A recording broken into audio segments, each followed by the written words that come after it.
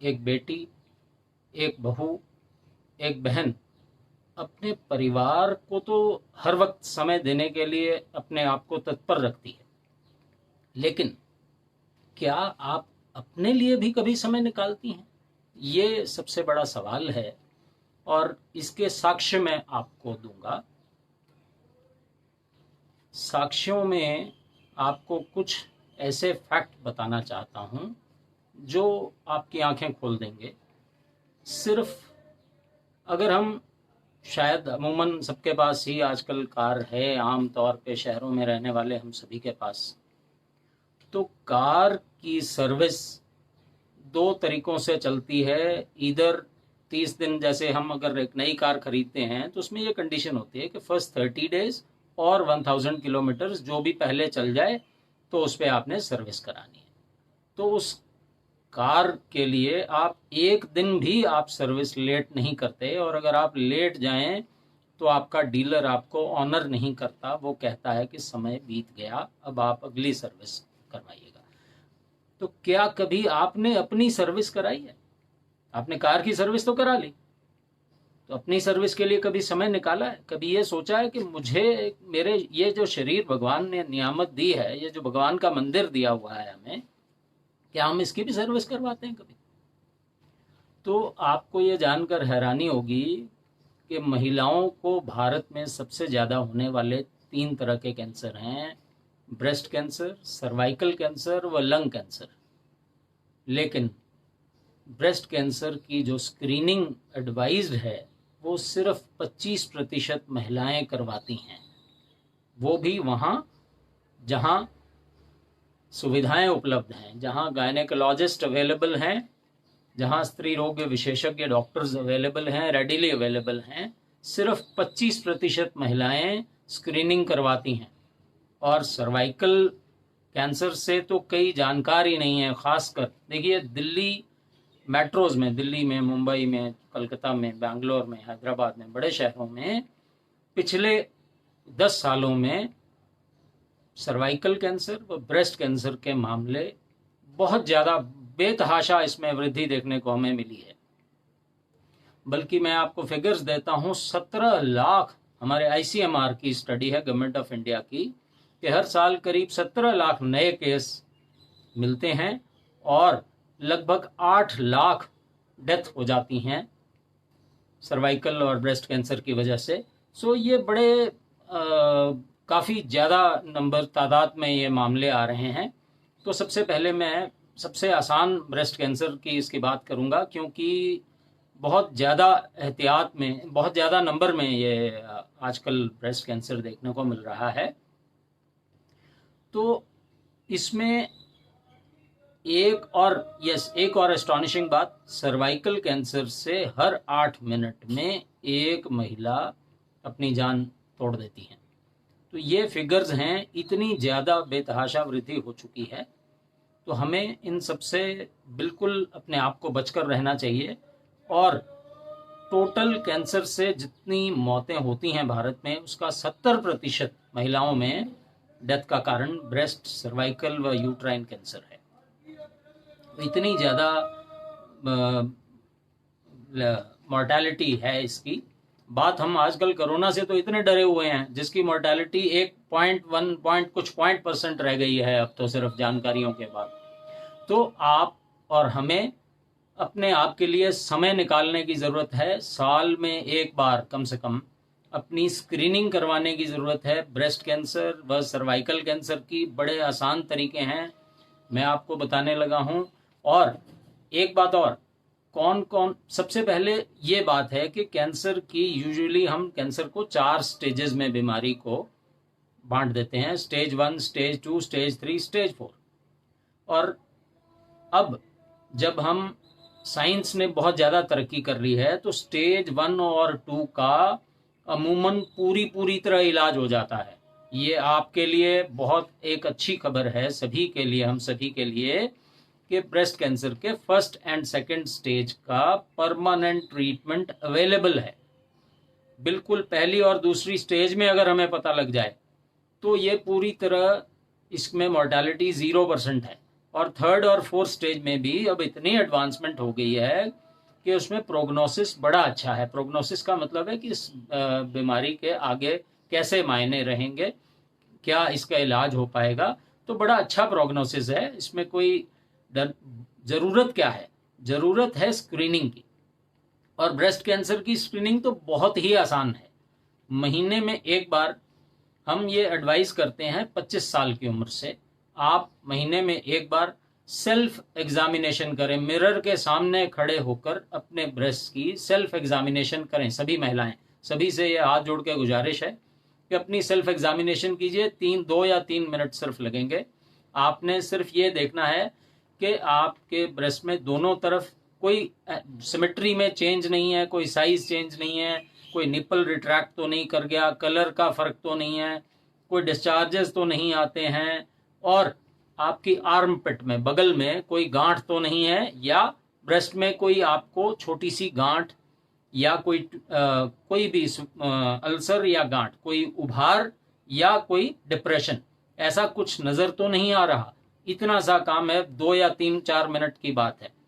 तो ये अगर आप हर महीने कर लें और जब आपको शक लगे कि कुछ डेवलपमेंट है तो आप अपने फैमिली फिजिशियन या गायनेकोलॉजिस्ट से मिलें।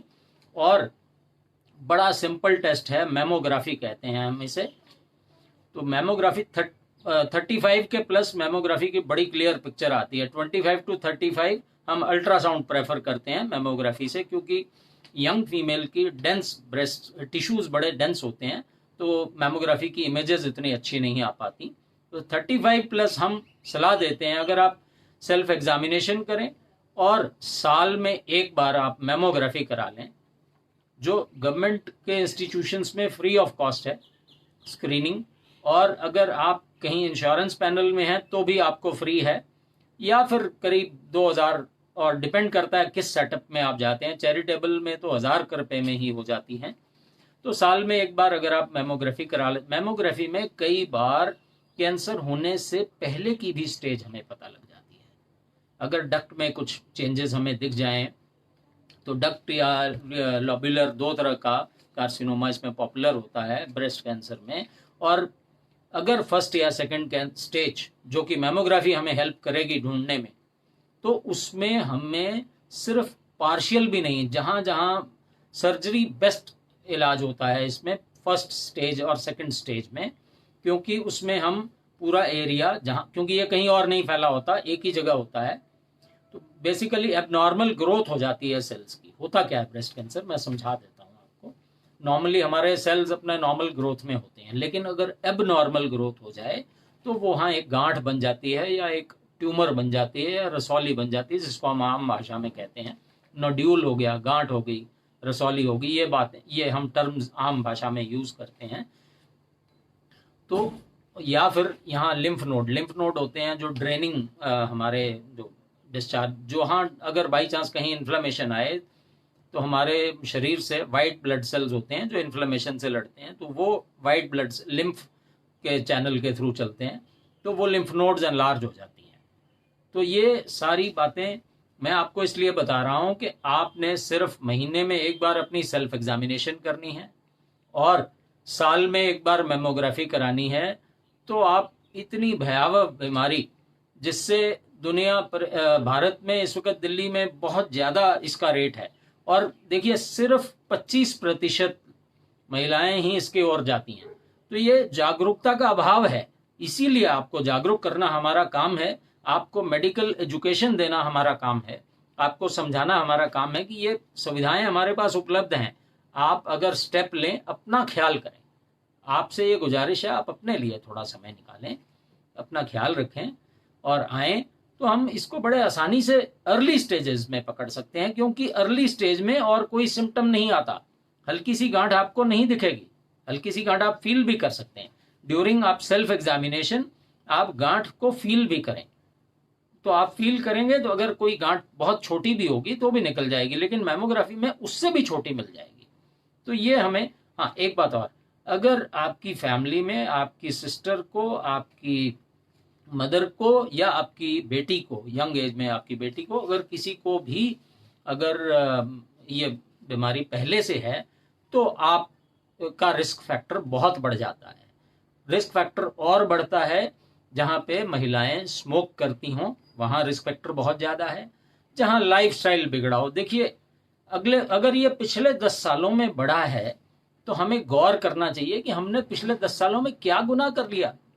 हमने एक ही गुनाह किया है, हमने अपना लाइफस्टाइल बदल लिया है।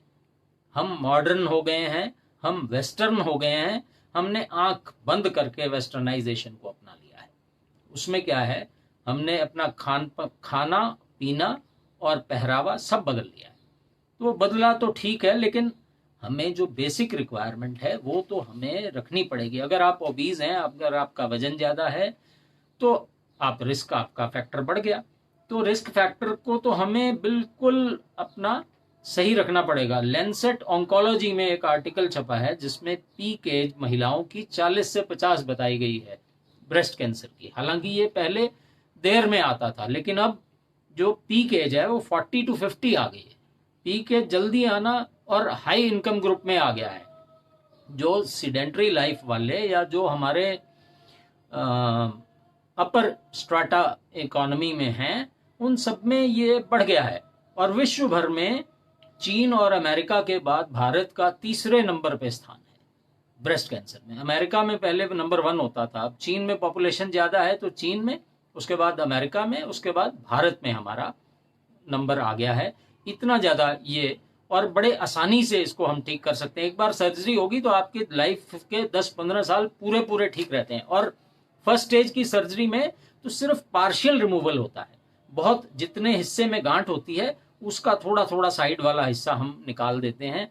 और कई बार साथ ही इस सेम सर्जरी में प्लास्टिक सर्जरी होती है, किसी और एरिया की स्किन निकाल के हम आपके दोनों ब्रेस्ट की सिमेट्री पूरी बराबर कर देते हैं, ताकि किसी को कुछ पता, हमें भी, हमारे अंदर भी हीन भावना ना आए। कॉस्मेटिक वैल्यू भी गिनी जाती है, तो कोई हीन भावना ना आए, कोई कॉम्प्लेक्स ना आए, और 100% बिल्कुल इसको नॉर्मल एक सेटिंग की सर्जरी में साथ ही साथ रिकंस्ट्रक्टिव सर्जरी भी कर दी जाती है, ताकि आपको पता ही ना लगे। और उसके बाद फिर अगर आप एहतियात बरतें, रिस्क फैक्टर्स अपने ठीक रखें, तो बड़ी लंबी लाइफ आप इस पे जीत सकते हैं। और बहुत कैंसर सर्वाइवर कैंप्स हैं बड़े बड़े शहरों में। जिन महिलाओं ने कैंसर पर विजय पाली है, तो वहाँ हर वक्त सर्वाइवर के ग्रुप हैं, वो भी अवेयरनेस फैलाती हैं। फिर भी मैंने वही बार मैं आपको आगाह कर रहा हूं कि सिर्फ 25% महिलाएं ब्रेस्ट की स्क्रीनिंग के लिए जाती हैं। उससे ज्यादा लोग महिलाएं जाती ही नहीं स्क्रीनिंग के लिए। ये एस्टॉनिशिंग बात है कि हम लोग स्क्रीनिंग के लिए ही नहीं जाते, मतलब तो ये जानकारी का अभाव है, इसीलिए नहीं जाते। इससे ब्रेस्ट कैंसर के केसेस दिल्ली में सबसे ज्यादा अभी हमें देखने को मिले हैं। और एक बात और है, देखिए, महिलाओं को लाइफ टाइम में पुरुषों से ज़्यादा मुश्किलें आती हैं, उनको ज़्यादा डॉक्टर्स के पास जाना पड़ता है। एंटीनेटल चेकअप्स ड्यूरिंग प्रेगनेंसी हर बार होते हैं, और ड्यूरिंग प्रेगनेंसी उनको बहुत शरीर को बड़े कष्ट से गुजरना पड़ता है। शरीर को 9 महीने डबल एक और जान की परवरिश करनी पड़ती है अपने साथ साथ, और बड़े स्ट्रेस में गुजरते हैं। तो इन सब बातों को देखते हुए हमें यह चाहिए कि आप अपना ख्याल रखें। तो अब हम आते हैं कि कारणों पे होता क्यों है, ब्रेस्ट कैंसर क्यों होता है। तो जहाँ हाई फैट का हमारा फूड है, वो एक सबसे बड़ा कारण है। जंक फूड जो हम आजकल खाना शुरू हो गए हैं, रेडीमेड फूड। आजकल यंगर न्यूक्लियर फैमिलीज और यंगर जनरेशन की आदत बनी हुई है। समय के अभाव के कारण हम शाम को दोनों मियाँ बीवी जॉब कर रहे हैं, इकट्ठे हुए, भाई बाहर वहीं आ जाना, वहीं खा के फिर एक बार ही घर चलेंगे। तो ये चीज़ें वहाँ बाहर तो अब कैसा मिलेगा, वो तो खैर अब कोरोना काल ने कुछ हमें बचा लिया है इससे। लेकिन जैसे जैसे कोरोना से हम अनलॉक हो रहे हैं, तो वो फिर शुरू हो जाएगा। तो उससे बचें, फास्ट फूड से दूर रहें। ओबीज, अपना वजन अपना नियमित कंट्रोल में रखें। उसका फार्मूला मैं हर बार बताता हूँ। अपनी हाइट सेंटीमीटर नापें और पहला 1 हटा दें, +-5 आपका वजन होना चाहिए, उसको कंट्रोल रखें। उसके बाद लेट मैरिजेस, जहां भी लेट मैरिजेस होंगी वहां ब्रेस्ट कैंसर ज्यादा देखने को मिलता है। जहां बच्चों की संख्या कम होगी, एक ही बच्चा है या बिल्कुल ही नहीं है, तो उसमें भी ब्रेस्ट कैंसर के होने के चांसेस बढ़ जाते हैं। इसी तरह जहाँ ब्रेस्ट फीडिंग एडिक्वेट नहीं होती। बच्चे को आजकल कई माताएं कॉस्मेटिक उसकी वैल्यू के चलते ब्रेस्ट फीडिंग को अच्छा नहीं समझती। तो ब्रेस्ट फीडिंग के दो फायदे होते हैं। एक तो बच्चे को आप जब ब्रेस्ट फीड करते हैं तो वो अगले 6 महीने तक बच्चे की इम्यूनिटी बढ़ जाती है। नंबर 2, आपके हार्मोन्स ठीक रहते हैं और आपको इतनी बीमारी से, भयावह बीमारी से आपको सुरक्षा भी मिलती है, आपको प्रोटेक्शन मिलती है। तो इन सारी चीज़ों से हम बच पाते हैं। तो अब स्क्रीनिंग के साथ साथ मैं आपको, अगर ये फर्स्ट और सेकंड स्टेज में ना पता लगे तो कुछ सिम्टम्स आते हैं उसके, उनके बारे में जानकारी दे देता हूँ। तो ब्रेस्ट में सूजन आ जाती है, ब्रेस्ट में दर्द भी दर्द हालांकि लेटर स्टेजेस में आता है, सूजन आ सकती है, निप्पल अंदर की ओर थोड़े से धंस जाते हैं, निप्पल से डिस्चार्जेस निकल जाते हैं, मिल्क नहीं। ड्यूरिंग लैक्टेटिंग पीरियड तो मिल्क तो आएगा, मिल्क के अलावा या कलरलेस फ्लूइड या रेडिश फ्लूइड या कोई ऐसा डिस्चार्ज निकले तो भी वो कॉज ऑफ कंसर्न है। और इसी तरह आपके आर्म पिट में कोई आपको लंप दिखे या स्वेलिंग दिखे या कोई ट्यूमर दिखे या ब्रेस्ट के साइज में आपके बदलाव आ जाए, तो ये सारे जो लक्षण हैं ये आपको बताते हैं कि आप ब्रेस्ट कैंसर का शिकार आप हो सकते हैं। फैमिली हिस्ट्री मैंने आपको बता दी कि अगर आप फैमिली हिस्ट्री अगर आपकी स्ट्रांग है तो आपके चांसेस और ज़्यादा हैं। तो ये सारी बातें ब्रेस्ट कैंसर में हमें, और इसका ख्याल एक बार जब हमें हो जाए तो इसका फिर आप, अगर आपको लगे कोई चेंज है, आप हर महीने जब आप सेल्फ एग्जामिनेशन करेंगे, कोई भी चेंज होगे तो आप अपने गायनेकोलॉजिस्ट के पास जाएंगे। तो गायनेकोलॉजिस्ट के पास जाएंगे तो सबसे पहले आपका एक फिजिकल एग्जामिनेशन होगा। फिजिकल एग्जामिनेशन के बाद आपकी हिस्ट्री ली जाएगी, पर्सनल प्लस फैमिली की। हिस्ट्री के बाद आपके कुछ लैब टेस्ट होंगे, कुछ लैब टेस्ट के बाद इमेजिंग टेस्ट होंगे। इमेजिंग में मैंने आपको बताया 25 से 35 तक अल्ट्रासाउंड, अल्ट्रासाउंड के 35 प्लस मेमोग्राफी, मेमोग्राफी के बाद एमआरआई भी की जा सकती है, और कुछ जेनेटिक टेस्ट, जहां हाई रिस्क हो तो वहां जेनेटिक टेस्ट भी होते हैं लैब में, ताकि हम उसको ढूंढ पाएं। सो अगर हम स्क्रीनिंग करेंगे, क्रक्स ये है कि अगर हम प्रॉपर स्क्रीनिंग कर लें तो इसको बहुत आसानी से हम रोक सकते हैं फर्स्ट और सेकंड स्टेज। तो इसकी स्टेजिंग की मैं आपको हल्की सी जानकारी दे देता हूं। अगर 2 सेंटीमीटर से कम का अगर लंप हो तो उसको स्टेज 1 बोलते हैं। अगर 2 सेंटीमीटर, 2 से 5 सेंटीमीटर का अगर हमारा लंप हो तो वो सेकंड स्टेज में आता है, और 95 से 98% केसेस यही होते हैं। स्टेज 2 में आसानी से पकड़े जाते हैं, क्योंकि 2 से 5 सेंटीमीटर वाला लंप अगर आप सेल्फ एग्जामिनेशन करेंगे तो आप ढूंढ लेंगे, और सेकंड स्टेज में बड़े आसानी से सर्जरी हो जाती है। आपके कॉन्सिक्वेंसेस बड़े अच्छे इसमें प्रोग्नोसिस हमें मिलता है, बहुत रिकवरी के बहुत शानदार चांसेस मिलते हैं। तो इसी तरह थर्ड स्टेज में आपको 5 सेंटीमीटर से बड़ा लंप होता है, और फोर्थ स्टेज में ये और ऑर्गन्स, ब्रेस्ट के बाद फिर नीचे अगर आप इसका ध्यान नहीं देंगे तो फिर और ऑर्गन्स में, बगल में, ब्रेस्ट, चेस्ट के और इश्यूज में सारी जगह ये फैलना शुरू हो जाता है, और उस स्टेज में फिर हम सर्जरी नहीं कर पाते हैं। फिर रेडियोथेरेपी या कीमोथेरेपी से इसका, या ऑल्टरनेटिव। खैर हाँ, एक बात और, तो लाइफस्टाइल अगर हम अपना हेल्दी कर लें, कुदरत के नेचर की चीजें बनी हुई खाएं, ग्रीन वेजिटेबल्स और फ्रेश फ्रूट और एक मुट्ठी भर के ड्राई फ्रूट, ये अगर हम इस पे ध्यान रखें, और फैट्स फ्री फूड हम लें, और एनिमल, देखिए जितना भी जो भी फूड है जो पेड़ों से आता है उसमें कोलेस्ट्रॉल नहीं होता, उसमें फैट कम, बहुत कम मात्रा में होता है। तो एनिमल फूड अवॉइड करें, और फिजिकल एक्टिविटी अपनी मेंटेन रखें। दिन में 60 मिनट पैदल चलना ही चलना है। और ये कई बार महिलाएं एक्सक्यूज देती हैं, जी मैं तो सारा दिन घर का काम करती हूँ, पोछे लगाती हूँ, सब कुछ करती हूँ, तो मुझे एक्सरसाइज की क्या जरूरत है। जी नहीं, आप उसको मत गिनिए। आपको फिट रहने के लिए 60 मिनट की पैदल तेज चलना, 120 कदम 1 मिनट में, ये जरूरी है, निहायत जरूरी है। अगर आप, और ये आपको सिर्फ ब्रेस्ट कैंसर से नहीं, आपको हार्ट डिजीज से बचाएगा, आपको ब्लड प्रेशर से बचाएगा, आपको डायबिटीज से बचाएगा, आपको थायराइड से बचाएगा। हर लाइफस्टाइल की बीमारी से ये फिजिकल एक्टिविटी और ये खान पान आपको बचाएगा। अगर आप इस खान पान पे रहते हैं तो आप डेफिनेटली, आपको कोई बिगाड़ेगा नहीं। अब अगले हम नेक्स्ट कैंसर पे आते हैं, सर्वाइकल कैंसर। आप लोग कृपया सवाल मुझे कर सकते हैं और मैं सेशन के अंत में सारे सवाल ले लूंगा। एक दो सवाल तो हैं मुझे दिख रहे, लेकिन अभी मैं अंत में लेता हूं। तो नेक्स्ट कैंसर जो है वो सर्वाइकल कैंसर है हमारा। ये 35 साल के बाद इसकी स्क्रीनिंग शुरू हो जाती है, और मैंने आपको बताया था कि 17 लाख केसेस आईसीएमआर के अकॉर्डिंगली साल में आते भारत में नए मिलते हैं, और इनमें से 8 लाख लोग, हाँ सर्वाइकल, ये नेक वाला सर्वाइकल नहीं है, ये हमारे यूट्रस का जो ग्रीवा है, नेक या मुंह है, उसको हम सर्विक्स बोलते हैं। तो सर्विक्स के कैंसर को सर्वाइकल कैंसर बोलते हैं। ये बहुत कॉमन है।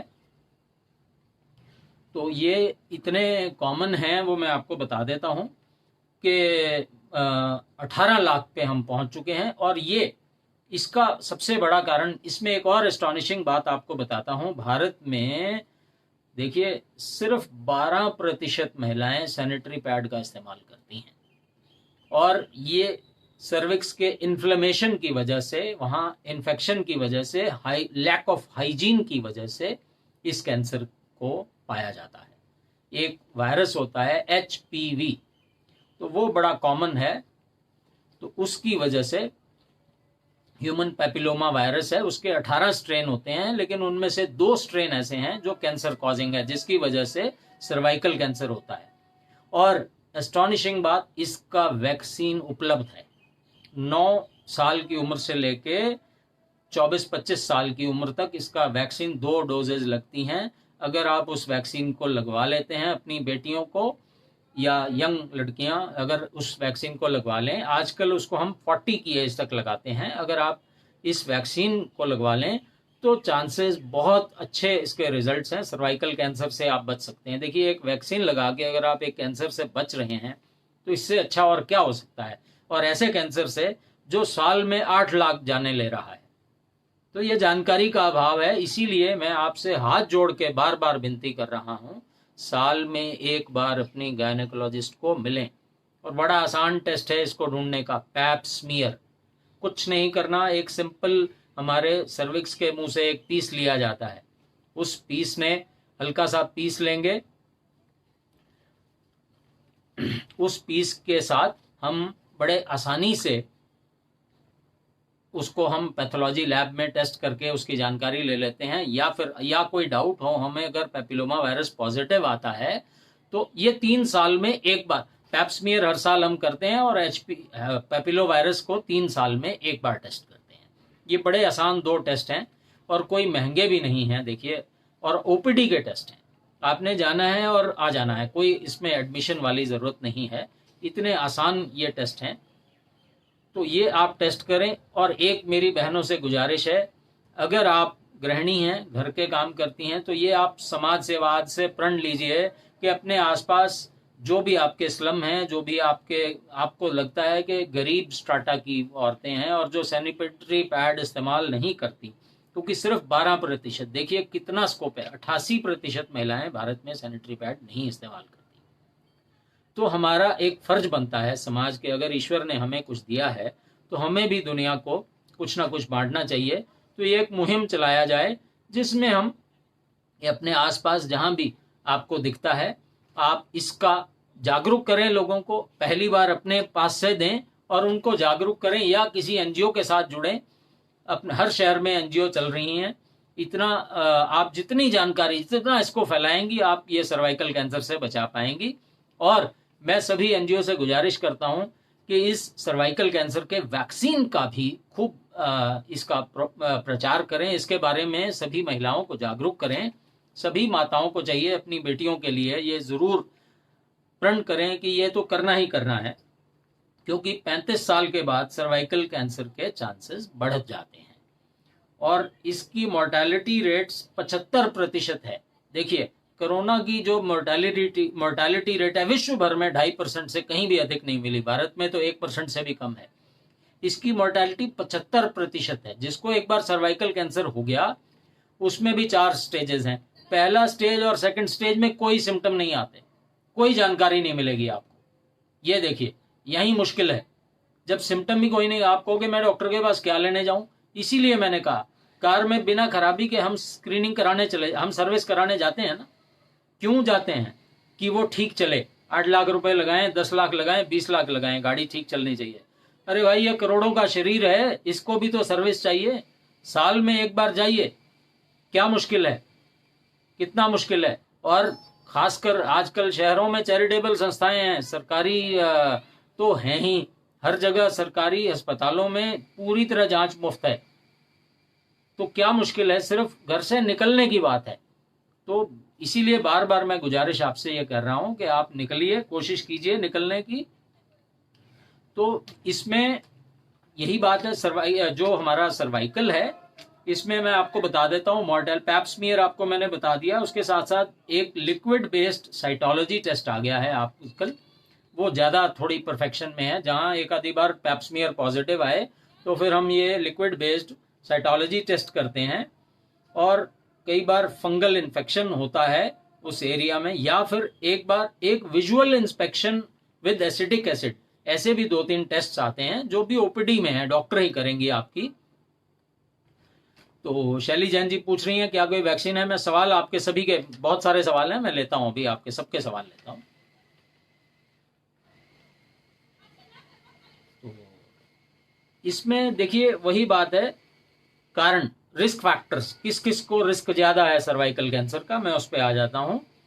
अगर आपकी शादी जल्दी होती है, या आपने, आपके बच्चे, कई आजकल एक और नया फैशन चला हुआ है कि हमें पहले नौकरी करके, लोग कहते हैं करियर बना लें 30-35 साल तक, फिर बच्चे करेंगे। भाई ये कुदरत के नियमों के अगेंस्ट ना चलें। लेट चिल्ड्रन और लेट मैरिजेस में भी ये हार्मोन सारे चेंज हो जाते हैं, तो उसमें भी इसके रिस्क बढ़ जाएंगे। और अगर आप बर्थ कंट्रोल पिल्स लेती हैं, उसमें भी रिस्क थोड़ा सा बढ़ जाता है, उसके भी कई बार साइड इफेक्ट्स अगर वो हैं। अगर आप बर्थ कंट्रोल पिल्स लेती हैं तो every 3 months you should meet your doctor. आपको अपने आप को एक बार स्क्रीनिंग करानी पड़ेगी आपको। तो ये एक बात और, अगर आप मल्टीपल पार्टनर्स हैं आपके तो भी आप रिस्क पे हैं, या अनसेफ सेक्स के कारण भी ये हो जाता है, इसमें प्रॉब्लम आती है। यौन संबंध आपको भारतीय संस्कारों के तरह ही आपको इस्तेमाल करना चाहिए। स्मोकिंग से फिर बढ़ जाते हैं डेफिनेटली। तो रेगुलर चेकअप, और यस, HIV और सेक्सुअली ट्रांसमिटेड डिजीजेस अगर किसी को हो तो उनमें इसका सर्वाइकल का खतरा बहुत ही ज्यादा बढ़ जाता है। इन सब खतरों से हमें बच के, तो एक ही गुजारिश है, इलाज सिर्फ स्क्रीनिंग है, और सर्वाइकल कैंसर में वैक्सीन है जो 9 से लेके 22, आइडियली 9 to 22 सर्वाइकल कैंसर का वैक्सीन कहीं भी आप लगवाएं, 2 डोसेज लगेंगी सिर्फ। अदरवाइज आजकल हमने 40 तक लगाना इसको शुरू कर दिया है। ये बहुत जरूरी है कि आप इसको रखें। अब मैं आपको बताता हूं कि हम बचें कैसे। अगर आप ये चाहते हो कि चलो ठीक है स्क्रीनिंग तो हम करा लेंगे, और लेकिन हमें ये तो बताइए कि क्या हम घर में भी कुछ कर सकते हैं, या होम्योपैथी में क्या क्या स्कोप है। देखिए होम्योपैथी में हम एज ए इंडिविजुअल ट्रीट करते हैं सभी को। तो होम्योपैथी ये कभी नहीं कहती कि कैंसर का हमारे पास इलाज नहीं है। आप अपनी तकलीफों के साथ हमारे पास आइए, हमारे पास बहुत अच्छी दवाइयाँ हैं, कार्सिनोसिन है, सिरिनम है, आर्सेनिक एल्बम है, ऐसी कई दवाइयाँ हैं जो हम कैंसर में देते हैं। और 2 तरह के होम्योपैथी में कैंसर के ट्रीटमेंट हैं। क्यूरेटिव, अगर आप फर्स्ट सेकंड स्टेज में आएंगे तो हम उसको इरेडिकेट करेंगे।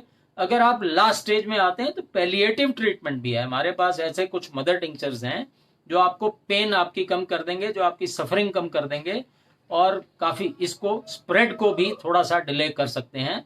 तो जहां चाह वहां राह, तो चाह पैदा कीजिए कि अपने अपने मंदिर, जो ये शरीर रूपी मंदिर भगवान ने आपको दिया है, उसको स्वस्थ रखना है।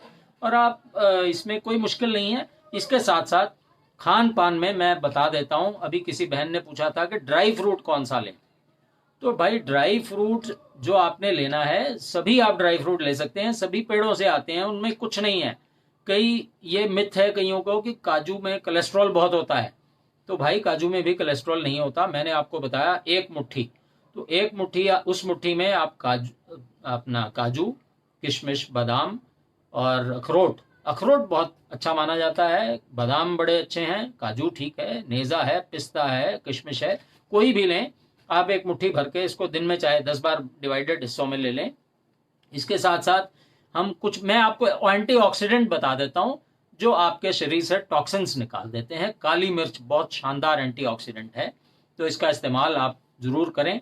आप ले सकते हैं। मेरी एज 48 है, क्या वैक्सीन लगवा सकती हैं? शैली जी, देखिए, ये आपकी पर्सनल हिस्ट्री के ऊपर डिपेंडेंट होगा। आप अपने गायनेकोलॉजिस्ट से मिलें, वो आपको लोकल आपकी गायनेकोलॉजिस्ट जानकारी दे देंगे, या अपने व्हाट्सएप पे मुझे, मेरे व्हाट्सएप जो मैंने अभी कॉन्टैक्ट डिटेल अपनी दी हुई है इस प्रोग्राम के इंट्रोडक्शन में, उसमें आप मुझे व्हाट्सएप करें अपनी पर्सनल हिस्ट्री, कितने आपकी प्रेगनेंसीज का रिकॉर्ड सारा, तो फिर मैं आपको जानकारी दे पाऊंगा लगवा सकते हैं कि नहीं लगवा सकते।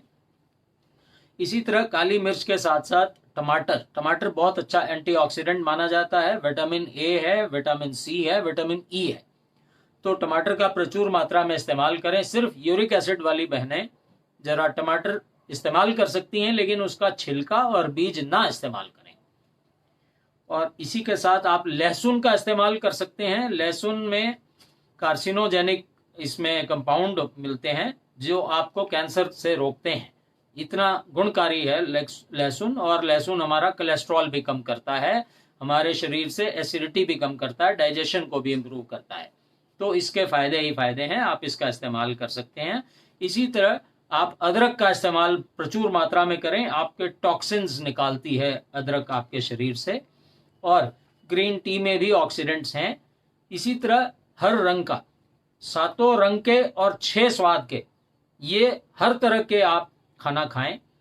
मैं दोबारा बता देता हूं, हर रंग का फ्रूट, 7 रंग का खाना, 7 रंग के फ्रूट, 7 रंग की सब्जियां और दालें, सभी रंग की दालें, सभी रंग के फ्रूट, सभी रंग के सब्जियां, ये आपने खानी है। और हर तरह का 6 तरह के टेस्ट हैं, 6 के 6 टेस्ट आप खाइए, ताकि सारे मिनरल्स मिलें, सारे विटामिन मिलें, बैलेंस्ड डाइट लें, एनिमल प्रोडक्ट से दूर रहें, अल्कोहल से दूर रहें, स्मोकिंग से दूर रहें।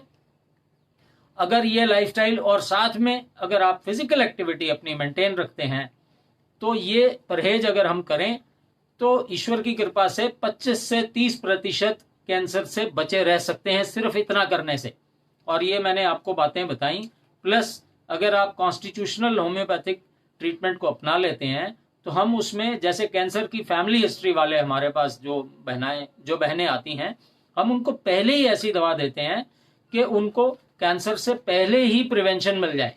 तो ऐसी भी हम मेडिसिन हैं हमारे पास, जैसे सिरिनम दवाई है, कार्सिनोसिन दवाई है, ये हमें बिल्कुल फैमिली हिस्ट्री वालों में भी हम फर्दर प्रिवेंशन के लिए देते हैं। ये बहुत मेरी सवाल अब ले लेता